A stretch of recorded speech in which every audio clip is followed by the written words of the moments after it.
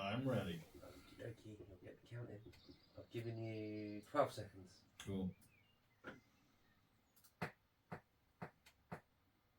Question reality.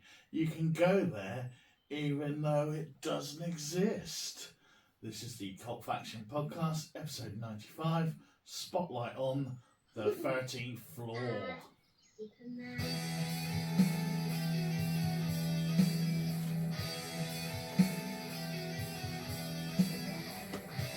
I wasn't sure whether there's some Garth Marenghi stuff going on. Got to take it.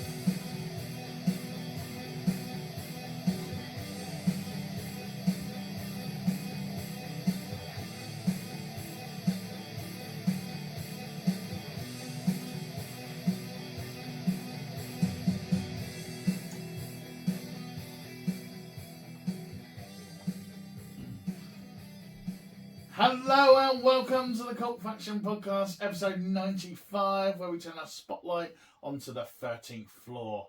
Unlucky for some. Yeah. Ooh. I will be your host this evening, Brett Summers, and joining me, as always, it just came to me. will be Paul Hawkins and Damien Hicks. Do you know what? I was genuinely about to say Brett Summers then. There's only one. You're doing that jello shiz on you. Right, how we doing, fellas? Fellas. Boys. Are Lads. you with me? Lads, innit blood? What's been happening down your ends? Down my ends, not a lot really. To be honest, I've been building shit, well, not building shit. I've been building stuff in the garden. Shit. Yeah, built a new bar for the barbecue. Yeah. It's Bars coming for along nicely. barbecues. Cool. Yeah. That's Cool. cool. Have you been building shit? No, I've been watching The King, Are you Malcolm? called Bissing. Oh, yeah. Oh yeah, I forgot about that. I literally, Connor was on YouTube. I got the thing on BBC News app saying, he's going in now. So I said to Connor, Oh, so your son was going. no, but That'd be King Charles was going in to get, coronated and everything. So wanted to watch a bit of that, thinking, I'll just watch a few minutes. Ended up watching a couple of hours. Why? I don't know. It was the dullest. I know. I watched a little bit. I What's the can't. matter with you people? I can't explain why. I have no idea. I mean, it was literally. I just started watching it, and then it's like, oh, maybe something's going to happen. Maybe, Yeah. Lee Harvey Oswald. No, he's dead. No, that's it. But everyone watching got killed live on TV once, and no one wanted to change the channel. Well, it's the little bits of it. Shell did the same thing. So she came sat down and said, "Where's Harry? Where's Harry? Is he 3 rows back, love? He's 3 rows back. Look at him." I just don't get it. No, do I? Because they've been obviously stuff had been happening at nursery, so Emily was talking about it all week. So they've obviously been doing like probably making hats or some shit. I don't know, whatever they do it. Yeah, I believe they're called crowns. Okay, crowns then, but whatever. So I'm up on the technical language now after watching the coronation. So Emily's made shit and you've made shit. So she was Runs in the obsessed family. with it. So we had to have it on. I was just sat there. Yeah. What the fuck? I know. Yeah, but I'm not- Sausage fingers. I wasn't- I mean, even he looked bored at one point. Yeah. I don't know whether it's boredom. I think it was the Trying weight, to pass the out. weight of the world on his head, and that huge diamond that belongs to South Africa, really. Not And over they want it back. No, it's India, wasn't it? India want one of them back. I think it's they all want Yeah, they all that- want them back, don't they? There's a diamond from South Africa, definitely. Yeah. Then you got the Stone of Destiny. I mean, well, you obviously could make this shit up because it is made up. Yeah.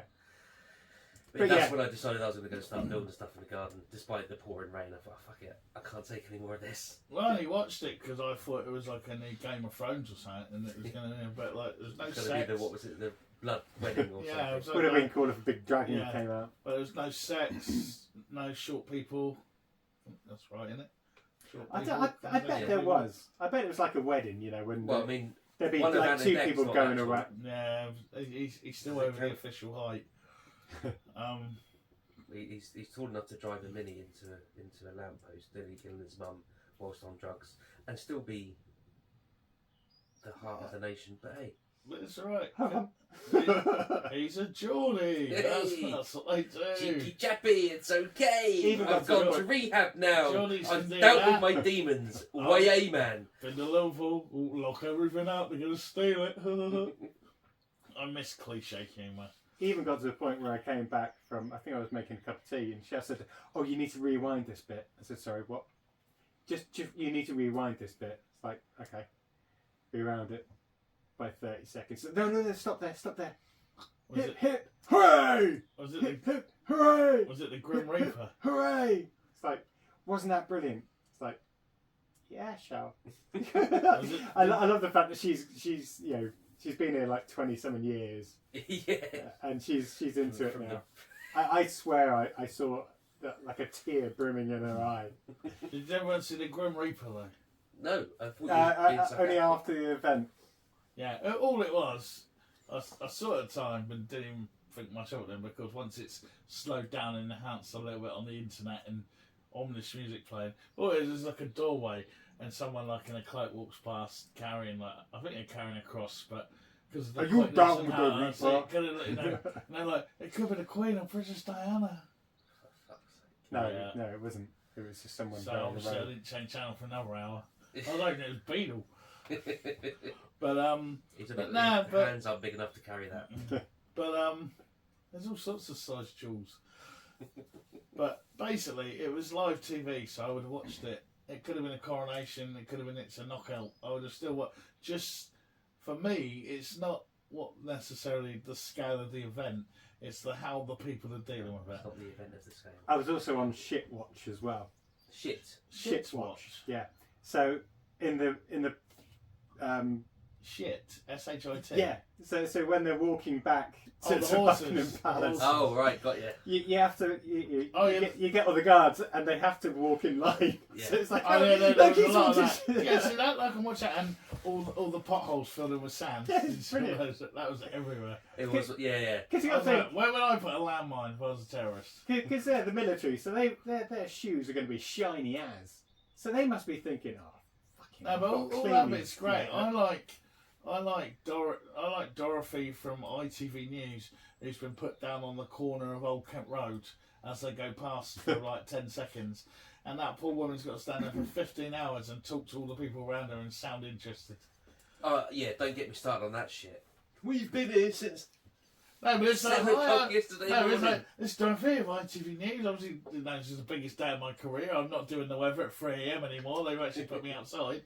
This is Joanne, and this is Debbie, and where have you come? We come up from Essex. We love the king. Have you been drinking? Where are the pie? Okay, let's see what Derek's heard. Oh. And then they come back to her every so often, and she's got like 40 minutes to find 3 more people to talk to. Yeah, They who come might back, say something different, say but something, they don't. yeah. That's what I love about live broadcasting. Right, anyway. This isn't the spotlight on the coronation, so can we please, for the love of God, Yeah. all that's holy Stay move tuned. on? That's Yeah, the the next coronation is a good start, but I don't see it last the whole season.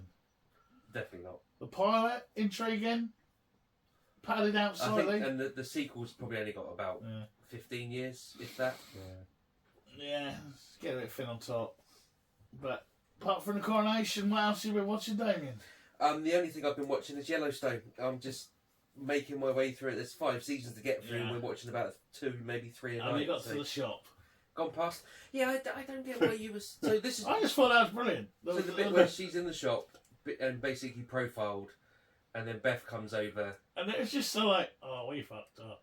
Oh yeah, but I was expecting. I don't know. Just maybe I was in that Sons of Anarchy thing where I was expecting you to. Well, it was for that something in a girl proper power way. violent. Yeah, And it was just like, it was impactful. yeah, I just like, but her surname's different to yours.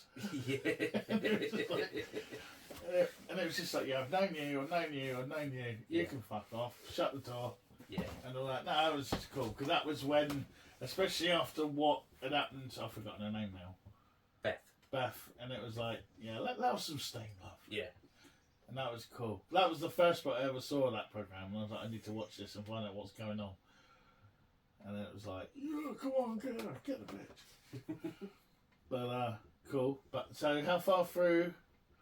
Still season 2, I think. Yeah. I need to start again. The guy from Lost is in it now, as a hedge fund manager or some shit. Which one from Ross? One with the long hair. What was that number? I'm sure he was in Lost. It probably was. I think he was in Under the Dome. Not that I've watched that, but or is it? Oh, seeing another life, brother. Oh, Hurley. No, not Right. Harry. He's the fat bloke. I said the fat bloke from Lost. Oh. I would have said the guy with the long hair. Would The I? Underton man. He's got long hair. Desmond. No, Desmond was in Desmond? Big Sky, Yeah. the last season of that. Doesn't matter, he's got long hair. Yeah, it's not important. It is. It's It's lost. But that's cool. But what about yourself then, Paul? Ted Lasso. It's one of those ones where I'm not really keen on watching it anymore, but then I put it on and it's like 7 episodes later or something silly like that. I can't remember how many watched now. So they just kind of rolled it all into one, but I'm almost caught up anyway. Finished Sweet Tooth on Netflix. Is it worth going through? Should have ended it, but they've left it open again. It's all right. Well, I never read the books, but each series is following the arc from each book, I guess. So. Yeah, but I think it's just one of those ones like the Jason Momoa one on Apple TV that they should have ended it over second season, but they got it out for another one.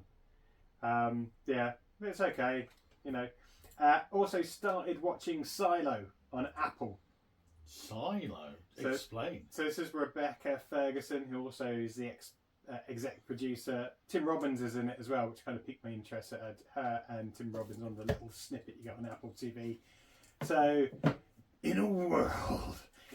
So basically, people have been living in this huge old silo for hundreds of years. No one actually remembers why they're living there or what happened in the Is it because they fell for a times. hole with dinosaurs? Or is Is it? it linking with your one? So Oh yeah, I forgot about that. So there's one thing that you can't say, and that is, I want to leave. Otherwise, that's it.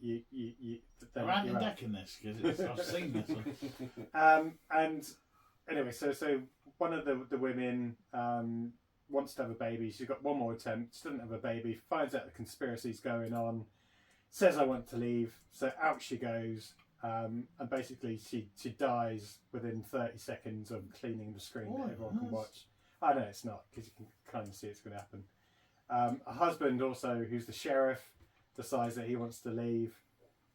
Then Rebecca Ferguson comes along, who's basically like Scotty and keeping This- the face going. Which Rebecca Ferguson is this? Is this Black Eyed Peas? No, that's Fergie. Yeah, that is her name. She's an actress. Yeah, but it's not Rebecca Ferguson, who's in... To be fair, you would have probably said Fergie, wouldn't you? Yeah. Yeah. No, it's- Although if you'd have said that, I would have thought you meant the royal woman that Yeah. is no longer royal, or whatever. no. Children's author. No, she Bunching a helicopter. She was in one with Hugh Jackman. Oh, and was she the one in Doctor Sleep as well? It's that one, isn't it? Could be. I don't remember Doctor Sleep. Yeah. It's Uh, the evil hat lady. But yeah, Hugh Jackman. Yeah, no, I know who you mean. Yeah. Been in a couple of his films. So she's the exec producer. It's okay. I think it's one of those ones, though, where there's only going to be so long they can keep it going before everyone leaves the silo. And they're already starting to get too much ingrained in the politics of the workings of the silo, and you just kind of think, oh God, are they going to try and drag this out for series upon series upon series, as opposed to if it was a film, it could have been like done and dusted within 2.5 hours. But saying that, I'll be watching the next episode when it drops this week. Other than that, I'm getting annoyed with all that. I'm just saving everything up. I can't be doing with waiting a week. it's frustrating. Mm. Other than that, then no, the coronation. That was it. Sawyer, Saw who? Ah, yes. and it wasn't Under the Dome. It was Colony. All right, okay, you're talking about They were Yeah. advertised around the same time. I think. long hair guy. Yeah. Cool. What about you, Brett? Other than the coronation. Not much on the televisual front, really, because there hasn't been that much on. I know we are close to season 2 of From. I can't remember Are the we? date now. I want to say That's it's good the to end know. of May. I'll have a look in a minute and see. I did see a thing for that. I thought that was late July, Augusty time. No, I saw a thing for it, like a sci-fi. Okay, cool. You know, like when they did like a little bundle of like coming soon or whatever, and it was but then they might just put that in there and just run it again and just tease us. But what I did watch,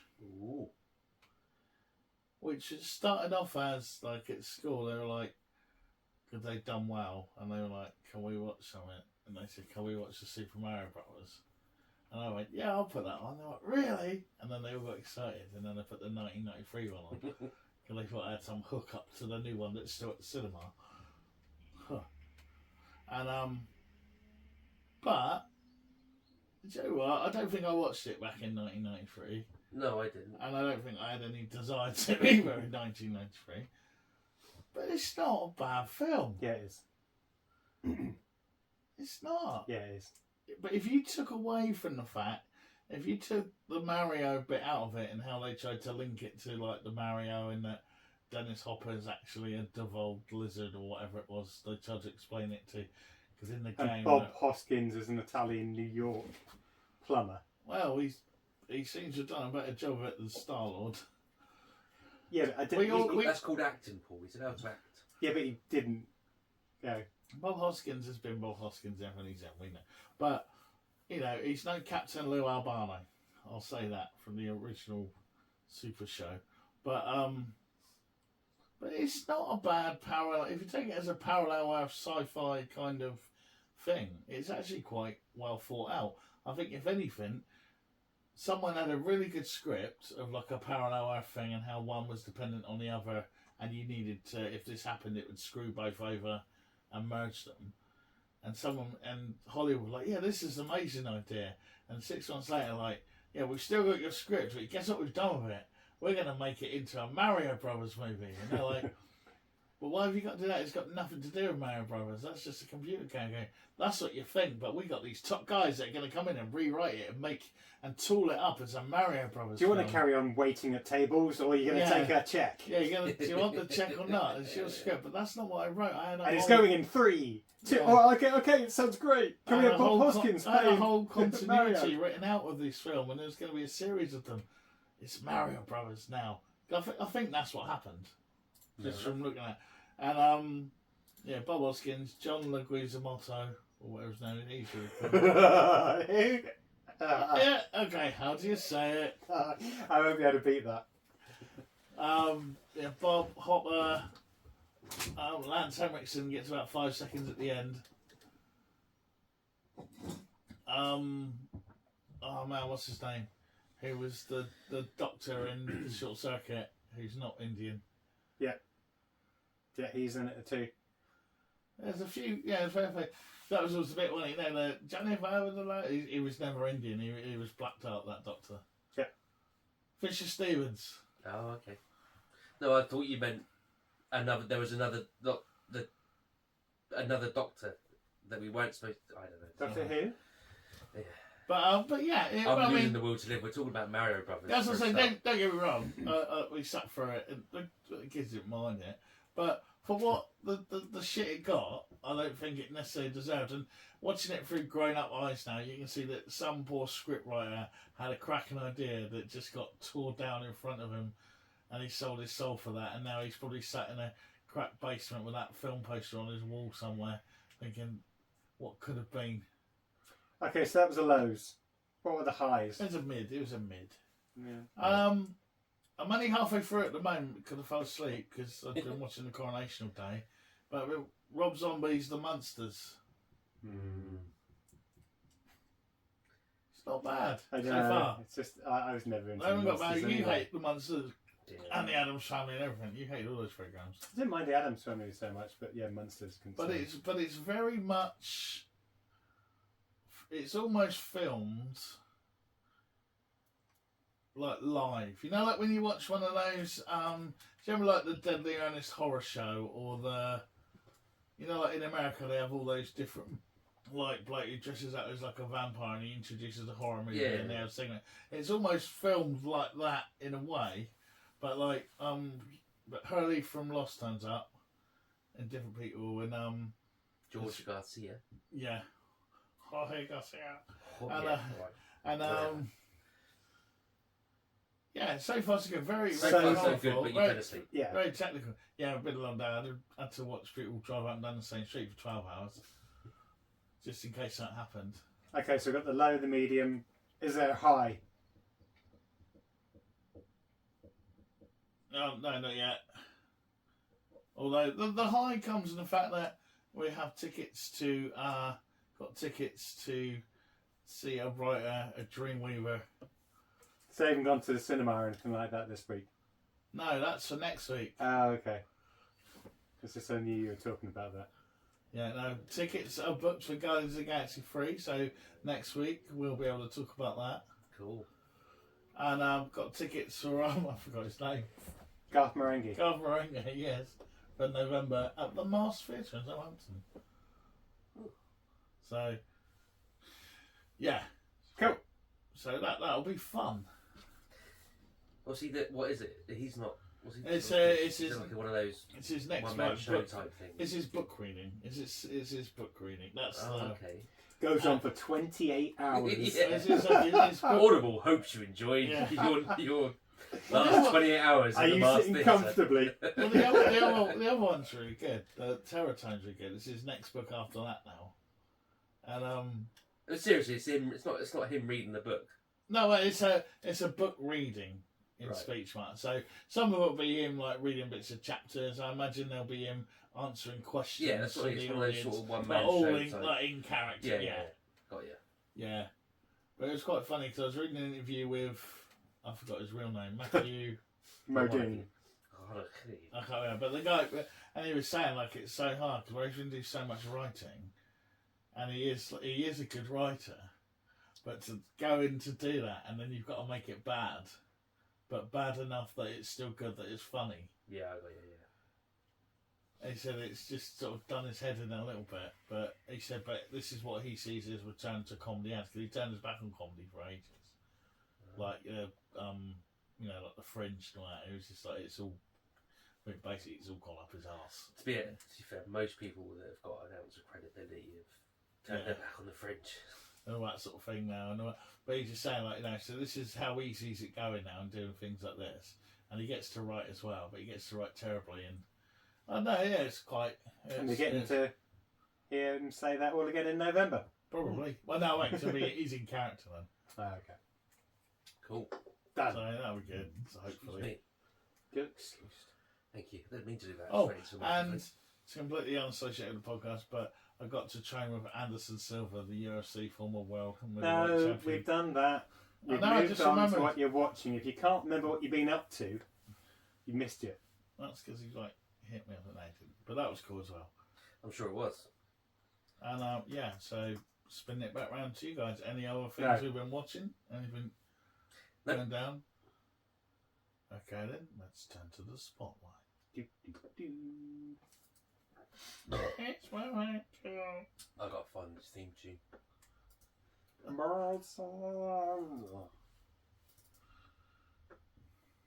You're not pausing that. You just. Oh, so are we going straight through or are we going for a wee? Or... I don't need a wee. I don't need a wee. Let's just go I straight need through a them. wee.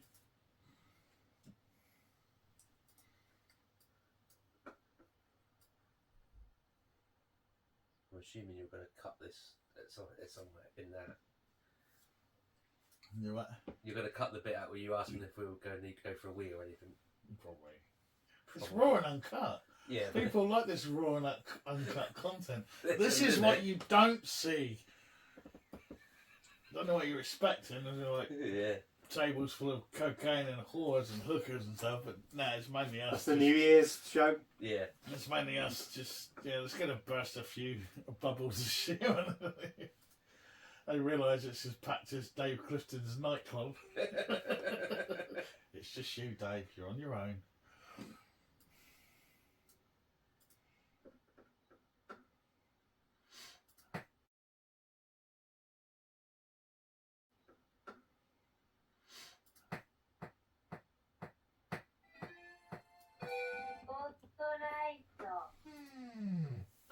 Okay, now we turn our spotlight onto the 13th Floor, a 1999 science fiction neo-noir written and directed by Neo-noir.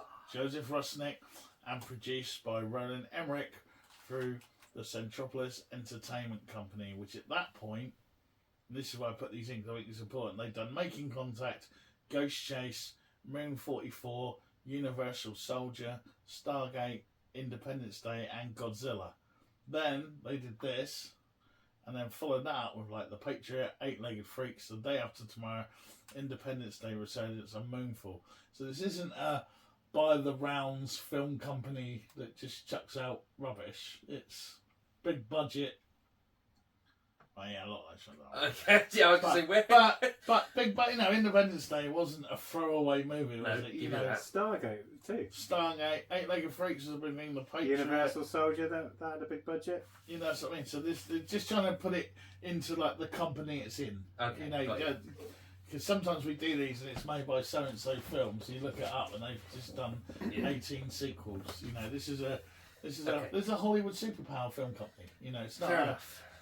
It's loosely based on Simulacrum 3, the 1964 novel by Daniel F. Galluer. Your guess is as good as mine on that one. Galluer. And is a remake of the German TV film World on a Wire from 1973. It stars Craig Bierko, Gretchen Mol, Armin Mueller-Stahl, Vincent D'Onofrio, who's probably the biggest name out of anyone in it now. Yeah. Sherry Appleby, who ended up in The Good Roswell, Bob Clenenden, and Dennis Haysbert, who was President Palmer in 24, and other cool stuff. And in the year 2000, the 13th Floor was nominated for the Saturn Award for Best Science Fiction Film, but lost to a little-known film known as The Matrix. It was first released in Denmark in April '99, and then North America May '99. It grossed $11.9 million in North America and $18.5 million worldwide against a budget of $16 million. So it probably just about broke even, with not even talk about marketing costs and all that. So probably technically a bomb, but on paper broke even. Yeah. Philosopher Slavoj Zizek called the film much better than The Matrix. Which I always get because he got this big philosopher who's big at time and all that. And I said, yeah, it's better than The Matrix. Any memories of this? Any memories? Anything? None whatsoever. I remember the poster. It was the poster for me. Didn't ring any bells at all. I think I said it last week. I thought I'd recognised it, but when I looked it up, nope. No. Passed me by completely. No, cool. I think I was getting memories of either the 13th Warrior or something like the hotel thingy-bob with John Cusack in it. Oh yeah, room whatever it was. Not 101. No. No. 23 or whatever. Yeah. Yeah, so no memories of this. Well, there we go. That's nice and easy. Doesn't mean I haven't watched it. It's just, I always watch it. I just remember the poster and just thinking, man, that looks cool, and seeing it up and stuff. But I don't know. Maybe it's a trend at a time. There just seemed to be a lot of similar films in a very, very similar time period. Well, a film studies student will tell you that the time leading up to the millennium, there was a trend for disaster movies, movies that kind of looked inwardly at what it meant to be human, and then stuff like this where it's about our own existence, because we're heading towards a whole new cycle. You know, the millennium was a big thing. We got stars directing our fate, and we're praying it's not too late. I know what you mean. So that explains that, because you've had all those. What's that one starring Dennis Quaid with the world freezes over and stuff? Day After Tomorrow. Yeah, that's made by the same company. Yeah, there you go. Oh yeah, it's written up right there in front of me, and I still couldn't remember what it was called. But yeah, that's why there's a lot of. But you must have been knowing that, right? You got like the 13th Floor, you got the Matrix, you've got Dark City. Any other time, one of these films would have stood out on their own, but they all come out within like the same sort of a year within each other. Yeah. It's just like, there we go. And then that poor other bloke who had a cool idea like this and saw it butchered into the Mario Brothers movie. But okay then, let's have a look at the plot. Paul, if you'd like to start. Okay, cool. In 1999, Los Angeles, Hannon Fuller owns a multi-billion computer enterprise and is the inventor of a newly completed virtual reality VR simulation of 1937 Los Angeles, filled with simulated humans unaware they are computer programs. When Fuller is murdered just as he begins premature testing of the system, his friend and protege, Douglas Bierko, becomes the primary suspect. The evidence against him is so strong that Hall begins to doubt his own innocence. Yeah, weird sort of opening. We get well, basically we get the kind old man father figure of the company who's created it all and made it. Seems to just sort of he's discovered something. He's a bit shaken, so he goes and gets a martini. But it would seem that he spent most of his time in his 1937 Los Angeles VR simulation having sex Getting with his end young away. girls. Well, we don't know this yet. Okay, fair dues. Good point. We don't know this yet. He's a bit of an old man playboy. He wakes on the up. scene. He wakes up shaken Yeah. from the simulation Not and stirred. instantly needs a martini, but they don't have any olives, so he has pretzels instead. But he doesn't even get to finish his drink because then he has to that's call. that's not then. Yeah, it is. It's at the start. That's not him. That's when Doug goes to the. Yeah, this is him all running around at the moment. Then he goes to the. Oh yeah, look, Damien. No, it is. It's not. When the When old man Fuller is. is murdered, just Yeah. as he begins, so he goes to the bar, Yeah, That's the next Gets bit a that I was martini. out there. yeah, and gets given a martini with an olive in. then he makes a phone call Mm-hmm. and gets murdered. That's That's literally when he what comes I've just out of- read out. No, that's when he comes out of the thingy. Yeah. So when Fuller is murdered, just as he begins, We're talking about him still being in 1937. You've jumped like 20 yeah, no. So, minutes ahead. so I said he wakes up a bit shaken. Oh, I thought you meant when he wakes up in the hotel room. No, Oh, all right. no, because then he said like the All right. martini. He Chill just your stared. So then I beans. carried Chill on. your beans. Bloody hell! Uncut, raw. This is I what we fucking have to cut put you. Yeah.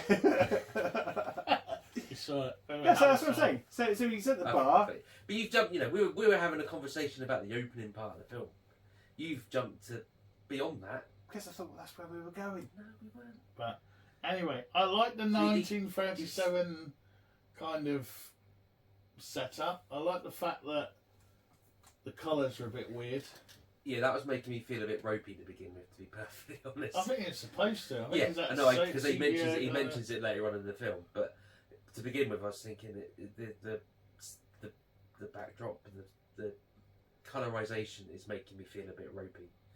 But yeah, so he wakes up, decides to give a letter to Vincent D'Onofrio,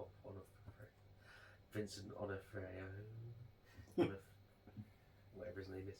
D'Onofrio. That's the one. So we know something's not quite right. Should we move on? Yeah. Yeah. We'll calm again. Well, I was just going to say the other thing is that Douglas Hall wakes up from whatever he's been in, and his shirt's covered in blood. So that's one of the other reasons he's a bit. Oh, I might have done It's something. sketchy. Yeah. Yeah. Something. We've all had those Yeah. nights. Something. It happened. was a bit sketchy last night. Okay. So between the interrogations by LAPD detective Larry McBain, McBain. Haysbert, Paul meets Jane Fuller, Gretchen Mol, the estranged daughter of Hannon. Wherever it is, I start reading, my laptop starts to go. So Hannon Fuller, who is fully busy with the shutdown of the new VR system. Hall then romances her when a local bartender is murdered after he claims to have witnessed a meeting between Hall and Fuller on the night Fuller was murdered. Hall is arrested. He is released when Jane gives him an alibi. So it's got that kind of A bit noir, isn't it? yeah, and someone's world is unravelling and he's being set up, and so far with the exception of like the VAR. VAR. It's not for VR. With the exception of the VR bit, it's all very much a standard noir thriller. Yeah. You know he's being set up, or that's the Yeah, you the don't premise. trust.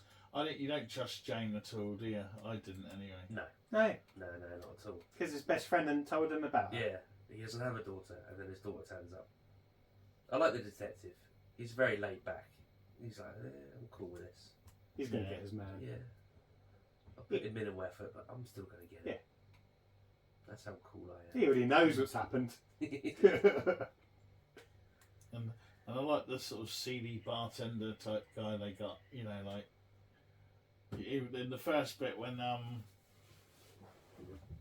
Fuller goes in there, kind of thing. He's dodgy, you know, before he gets killed, and then later on when you sort of see him again, he's just ropey. He's a wrong and It's not con. Yeah, that's what I mean. He's just not good. So basically, then we've got a murder. We've got our hero with a bloody shirt who doesn't know what happened. We've got a cool detective, McBain, and we've got Jane Fuller, the mysterious, The estranged femme daughter. fatale. And another murder. And another murder. Yeah, there was 2 murders by this Oh point. yeah, then the barman on it. Yeah. Okay. So with the assistance of his associate Whitney D'Onofrio, Hall attempts to find a message that Fuller left to him inside the simulation. Entering the virtual reality, Hall becomes a bank clerk named John Ferguson. Fuller left the message with a bartender named Jerry Ashton, who was also played by D'Onofrio, who read the message and discovered that he is an artificial creation. It's going to put a crimp in your day, that, isn't it? Yeah, just when you think you're doing well, Yeah. you get a note and it's all artificial. So earlier, Ashton notices that Ferguson switched places with Hall in the men's restroom of the hotel where Ashton works and began to realise that something was wrong. Frightened and angry, Ashton tried to kill Hall, and Hall barely survives to escape the VR. So again, you've got this normal bartender who is the duplicate of his best mate Whitney. A lot of keeping the cast down in duplicate roles here through. Oh, but they explain it. It does explain it. It is a good way of keeping the budget Like, down. how does my bartender look? Yeah. He's got a better haircut. And D'Onofrio here is, I mean, obviously everyone now knows him as the Kingpin in the Marvel shows, and as he was known, and this is on PC, but back at the time, he was the big fat mental guy in Full Metal Jacket. Yeah. And the bug guy from Bug Men in Man, Black, yeah. one of you, that just popped into my head as well. So, you know, he's always been a kind of a hard man-y kind of scary dude kind of role, which is why he's unsettling here as the really nice best friend.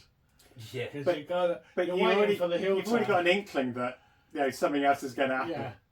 Not only because of the dodgy wig that he's wearing, but you can kind of tell. So you get the really nice best friend, I but when think- he's the bartender, he's like evil and calculating.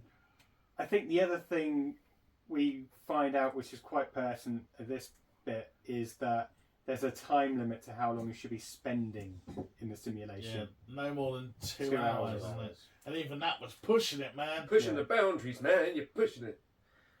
The other thing, we're obviously going to talk about the film in more detail at the end and give our opinion. But even at this point, I started to think, you know what? I know they're actors and everything, but you know, when we talked about Moon Knight and how good Thingy Bob was at jumping between different characters and all that kind of stuff, I actually thought the acting in this was actually really cool and top notch. The way that he was a bartender, nice bartender 1 minute, and also then Well, I mean, to be fair, he acts everyone else out of the park in this. Yeah. But again, you just kind of think, you know, they weren't messing around with their casting. Yeah, they got a lot right. Cool. Sorry, I just wanted to jump. No, cool. Fair enough. And that does set it up because, like you say, this is one of those films I think you do need to be watching, because if you're not paying attention, it's going to get confusing very quickly on who's who and where we are and what's going on. And it does a good way of sort of separating those people and setting up what's going on now. So, who's next? McBain informs Hall that Jane does not exist, as Fuller never had a daughter. Hall tracks her down only to discover her double Natasha Molinaro, working as a grocery store clerk. But Molinaro does not recognise Hall. This leads Hall to perform an experiment outside the VR system, something that Fuller's message instructed him to try. Drive to a place where he never would have considered going otherwise. He does, and discovers a point beyond which the world becomes a crude wireframe model. He grasped the revelation behind Fuller's message. 1999 Los Angeles is itself a simulation. Dun, dun, dun. Yeah, Just comes crashing down, doesn't it? yeah. He thinks he's had a bad day. Yeah. Now it's got a hell of a lot worse. Or a dream within a dream. And the girl that he really liked doesn't exist. Doesn't exist. The irony. But carry on, because it doesn't seem we've I got anything was to say just going about to say, was anyone else shocked at this point, though? I wouldn't say shocked, but because I think I was probably just overthinking what was going on. I was letting it all Insofar wash as- over me. I was trying to In a good way. spot something different. I was trying to look for a way that the current, in inverted commas, time wasn't real, but for some reason the 1937 one was. If you see what I mean. Yeah. They were, someone was doing something ahead of his time or something daft like that. I thought that's where they were going to go. You're expecting a big vortex to appear in the sky over 1937 and start slowly Yeah, I sucking thought the maybe ground up. like timey-wimey And rather than... one thing I really liked of how they did it as well is when they took over the people in 1937, they had no the original personality had no clue what happened. They were just suddenly somewhere else. Yeah. Kind of almost Quantum Leap like. Like, well, what's happened? Why am I here? Have a drink. Yeah, or whatever. So it's still carried on. When you're not playing the game, it's everyone else is still doing stuff or whatever. A bit Tron-like maybe. In some way, where the characters in the game. It's got a better premise than that. Oh yeah, but It's that we're in a simulation and we just don't know it thing, isn't it? That's right. Yeah. Okay, shall I carry on? Go for it. Jane Fuller explains the truth to Hall. His world is one of thousands of virtual worlds, but it's the only one in which one of the occupants has developed a virtual world of his own. Jane Fuller lives in the real world outside the simulation in the 1990s. After Fuller's death, she entered the virtual version to assume the guise of Fuller's daughter, gain control of the company and shut down the simulated 1937 reality, a plan foiled by Hall being made the company heir. The virtual Hall is modelled after David, Jane's real-world husband. Though Jane has since fallen in love with Hall, David committed the murders via Hall's body, being driven to increasingly jealous and psychopathic behaviour from prolonged use of VR to live out his dark fantasies. That's something they don't go into enough.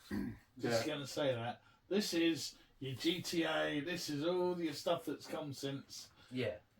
But, it's just like, well, okay, so he's murdered people in a virtual reality simulation.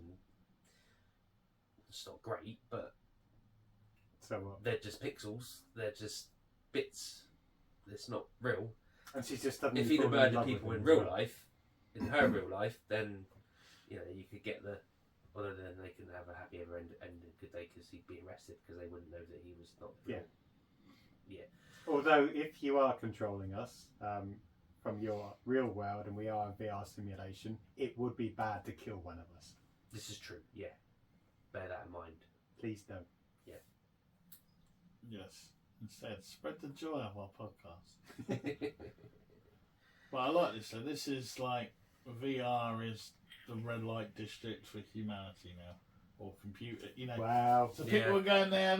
Old mate, he's getting his end away with all sorts of young girls and probably being a bit of a pedo. It In doesn't some say way. that, but No. fair enough. Yeah, They're dancing girls, mate, he's right? mate, yeah, but some of them were just pushed into it and whatever else happened. She was a good girl. She's got a good job now. Don't make her any trouble. And, and repeat line. And yeah, you got matey going down and just killing people for kicks and whatever else is going on in there. But that's the thing. No, They should no have at consequence. least embellished his going into the virtual world as killing more people. Because actually, all he's done is killed Yeah. And the Um, thing is, one the person. old dude and the father. thing is, there's been the reveal now So they could have elaborated, as you say, more on that. Yeah, like he'd been going in there and like being a Hannibal Lecter type thing for the best part of 2 years. And maybe jump to the real world and how that's starting to affect him in the real world. Yeah, and there's a whole subtext here of where humanity's going, and as someone who has Killed. in Grand Theft Auto, has has used the prostitute to perk up my energy, then run them over to get my money back. It's just sort of, all these things. I've never played Grand Theft Auto, so it's not the best one.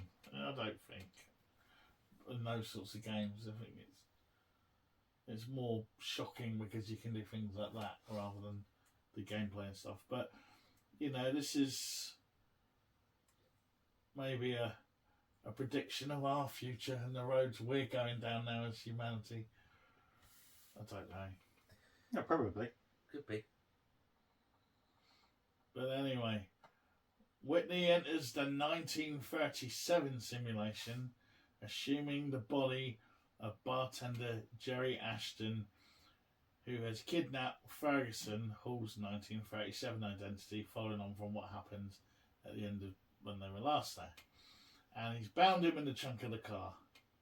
When Whitney is killed in a car crash inside the 1937 simulation, Ashton's consciousness takes control of Whitney's body in the 1990 simulation and takes Hall hostage.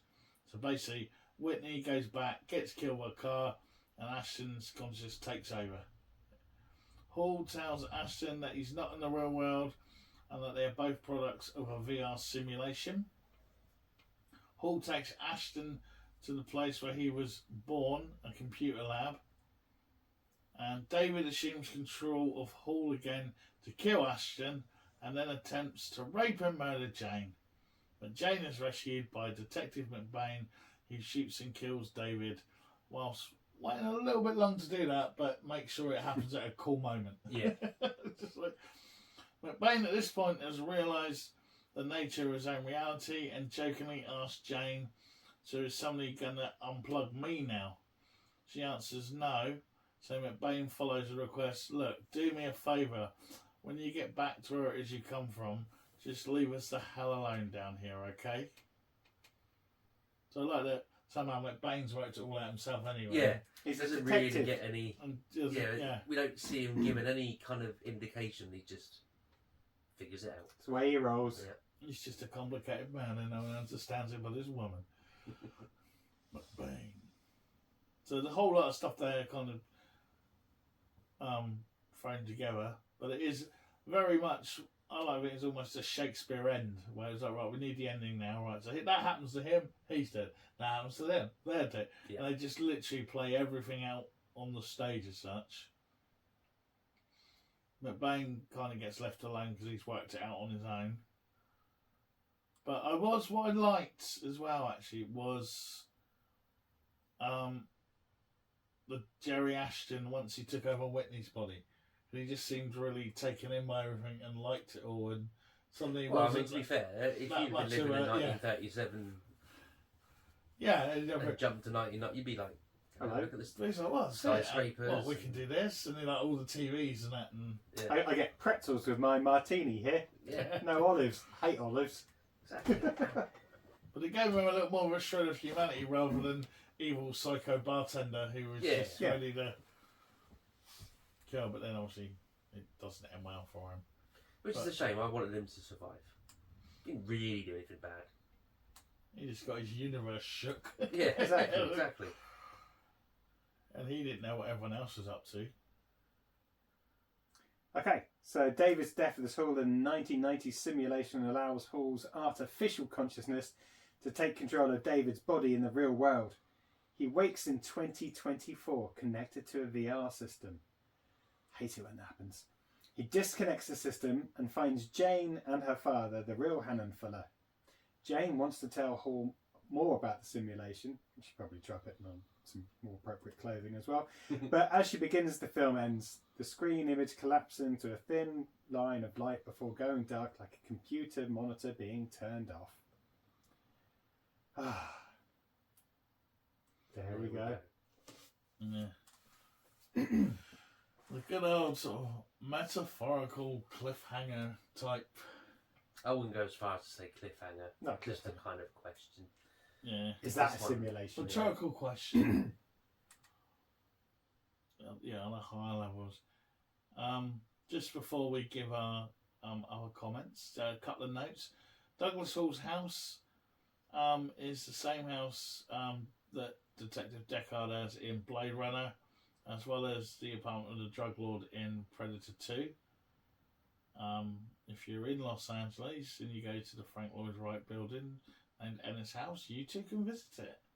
Obviously, people live there and they'll be annoyed, but hey, so it's Deckard's house in Blade Runner as well, which is pretty cool for, I guess, what they're trying to get at.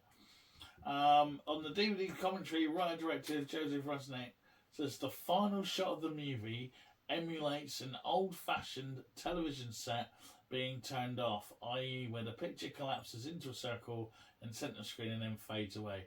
This is to leave open the question of whether there are even higher realities above the ones shown in the last scene, i.e. the year 2024. No shit, so like we just said that. Yeah, I'm not dissing you. I'm just saying, you know. Yeah, we're ahead of the curve. That's right. Of course we are. And a note from the virtual world of 1937. There's a newspaper that shows the Hindenburg disaster, which indicates that the simulation was based to a large degree on actual history. This might also be seen in the struggling combined families that are shown living in near squalor, which would have happened to Midwesterners who left the Dust Bowl in California, as later seen with Natasha saying that she'd come from Texas. Oh, we're told that anyway, because he wanted to make it as realistic as he possibly could. So, that's some big things there. It came from the book Simulacron 3, which is pretty much the same story. The computer-generated simulation. The inhabitants have their own consciousness but are unaware, except one, obviously, the computer. I'm just reading from my notes now. And it kind of, as time and events unwind the book, the main character gets the idea that the world probably isn't real and it could be a simulation. So again, they were pretty faithful to the book. And the German film World on the Wire from '73 is pretty much the same sort of thing again, with the mind switch at the end. And that's how most of the adaptions of this have kind of kept to the source material. My question, you're going, good or bad? Could we have switched up a bit? What would have made it? Because something didn't quite connect, did it, in this? No, it's TV movie, is what it is. Ayo. Yeah, it didn't. It just doesn't. Something doesn't lift it. I mean, did it actually go? Did you say at the top it got theatrical release? Yeah. Yeah, it just felt TV movie. It didn't. I just think they rushed pretty much after the reveal. It was almost like, yeah, I liked the build up. I liked some of the suspense. Liked a lot of the acting. Then as soon as there was a reveal, it seemed like there was a real rush to try and splurt out, this is what happened, this is what happened, dead, nasty, dead. So every time something did happen, 10 things happened at once. Yeah. Yeah, I agree. We've had this a few times as well, so I'm in some of the last films that we've reviewed, and I'm not sure whether it's a budget constraint or whatever, or whether this was just a poor script that it's like from they get fruition. a good idea and just can't embellish on it to make it, like I say, to lift it to an actual. And that's what I was trying to say. Blockbuster level, if you like. Centropolis Entertainment were knocking out, let's say Stargate, Independence Day, Godzilla. I mean, not all known for their scripts, don't get wrong, but it's in the company of those films. But this isn't on that level, is it? No. But it's the other difficult one as well, isn't it? It's that whole neo-noir setting when box office is laser guns, big old that kind of action setup, which a lot of the films and this type of sci-fi genre at the time were trying to do. And it's the same with Dark City, Yeah, but again, so this is supposed to be more, I remember the word this time, cerebral than the likes of Matrix. Yeah. But again, I'll go back to, there's just not enough subplot, if you like. Oh, yeah. The movie is one plot all the way through.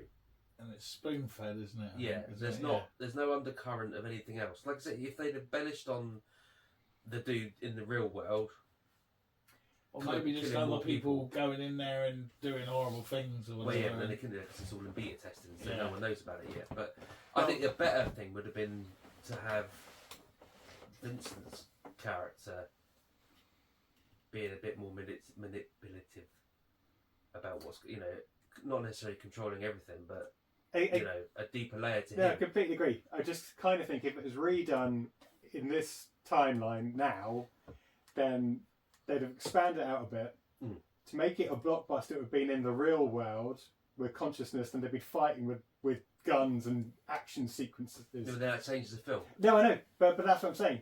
To make it a blockbuster, I think that's what would need to happen. Opposed to being a great film, which expanding on the script would have done, even if they'd have done that, it would never be a blockbuster. It would never be $100 million return without the stuff to draw people in. And unfortunately, unless there's that kind of action setup, people aren't going to. It's not going to make $100 million at the. No, I see this more. I say this all the time, but it's how I say it.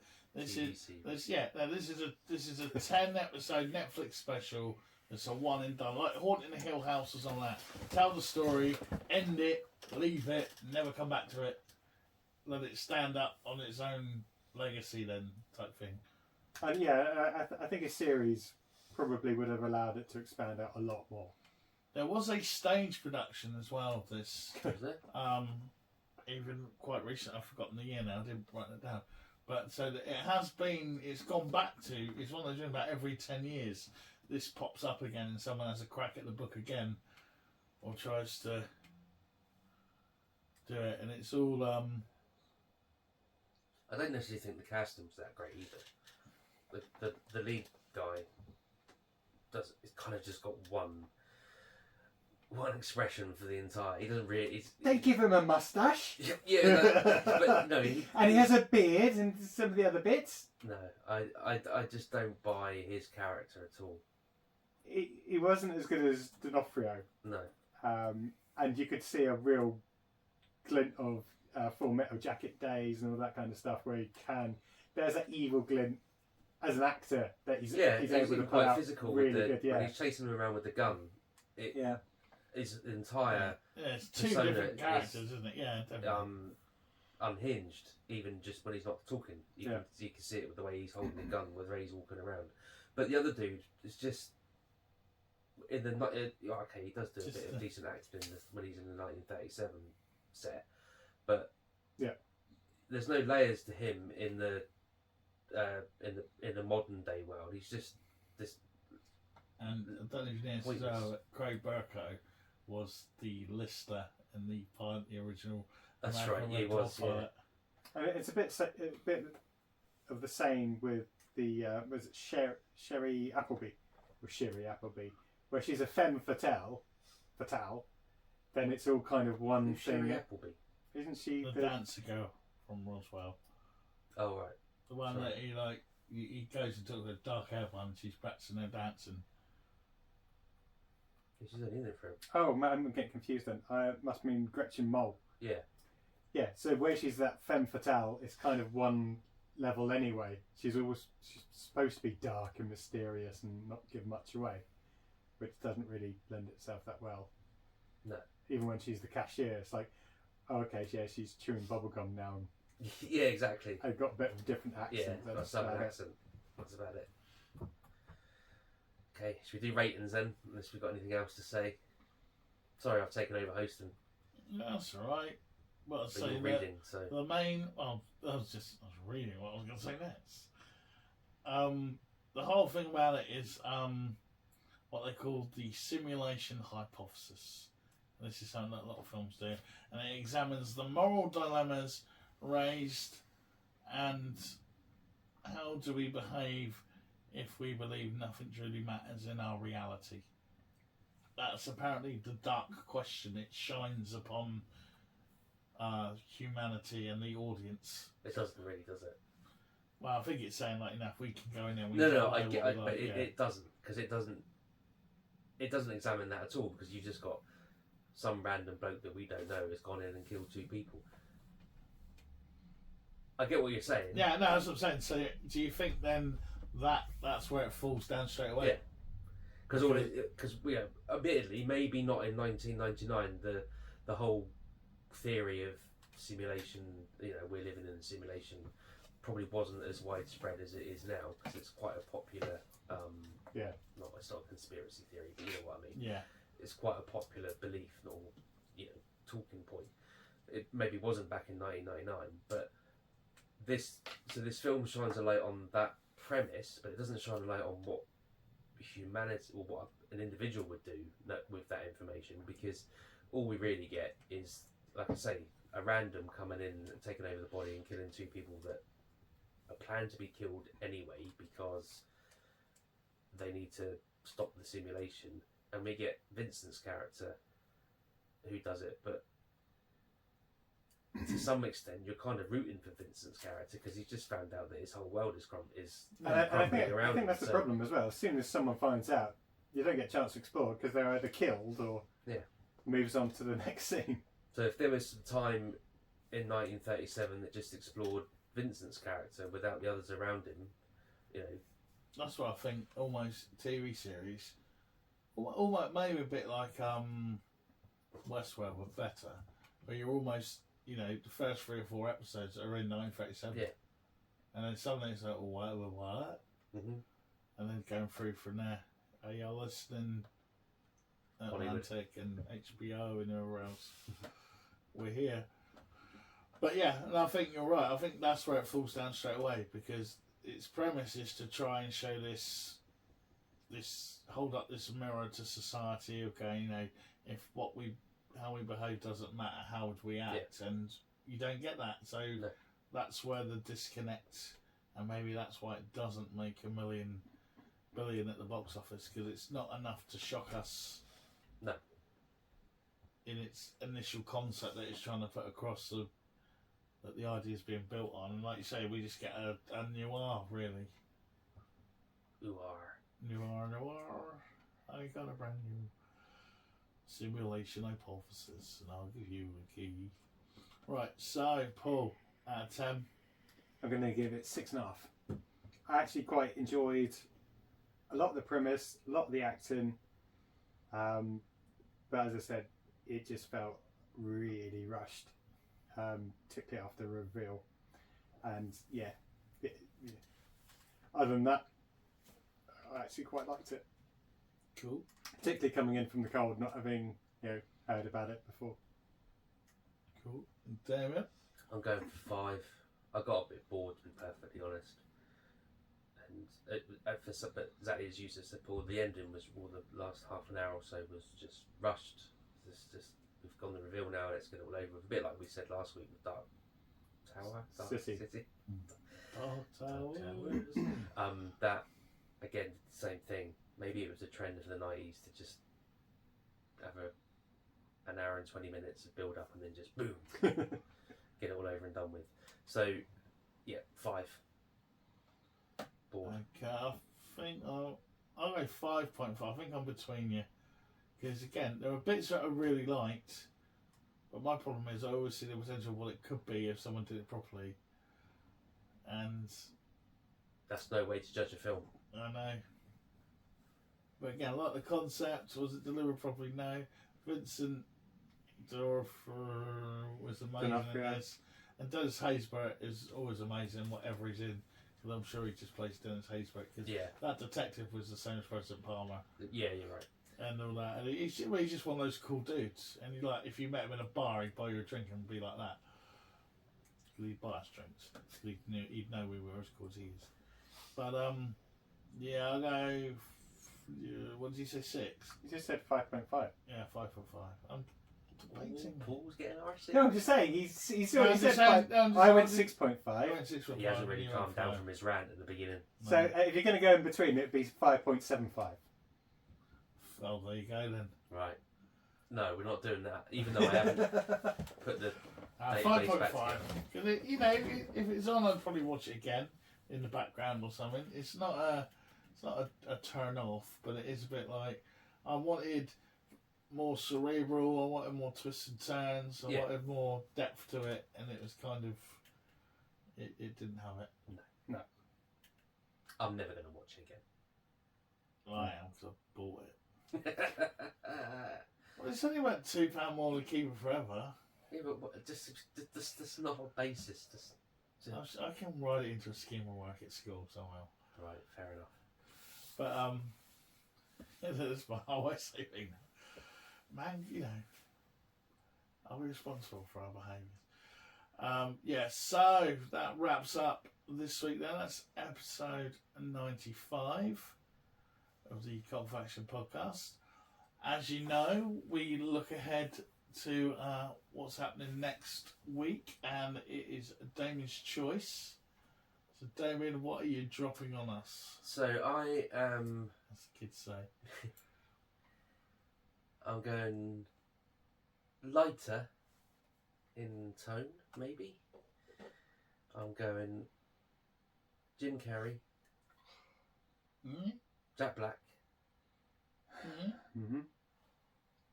and Matthew Broderick. I forgot his name and I haven't got it in front of me anymore. Inspector Gadget. Yes, Inspector Gadget. No, not Inspector Gadget. Or Sonic the Hedgehog. We're going for the Cable Guy. I watched it once in the 1990s, probably upon release. Not seen it since. Thought, let's just revisit that.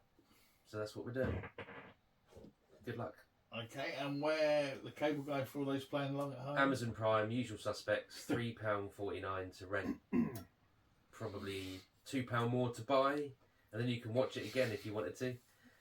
I'm probably going to rent this one. Yes, same here. Okay then, if you want to keep up to date with everything that's going on, you can track us on all the different social medias. We're on Instagram, Facebook, Twitter, although Twitter's not updating as much anymore now because for some reason Twitter got took over and everyone's a dick now at Twitter. They don't let all the things cross over now. Oh, I see. If we publish something on cultfaction.com, it would go on Twitter. If I put it on Instagram, it would go on to Twitter or whatever. But it's Twitter have stopped doing all that at the moment now. So if you're on Twitter, you're in a sort of you're in the desert for us at the moment. You need to switch over to all the other ones. But to keep up to date, you can always go to our mothership, which is Cultfaction.com. Yeah. And if you need to contact us about what we didn't say, what we did say, what was wrong, what wasn't wrong, they can email us at cultfactionpodcast@mail.com. Cool. Well, as I say, thank you all for listening. We'll see you next week. I've been your host, Brett Summers, and I have been joined by Paul Hawkins. And Damien Hicks. We're all off to the 1930s to marry some prostitutes, and we'll see you next time. I'm just going to dance with them. I'm going to have a martini. Yeah, and have a martini. That's how it starts. Sweet. Quit.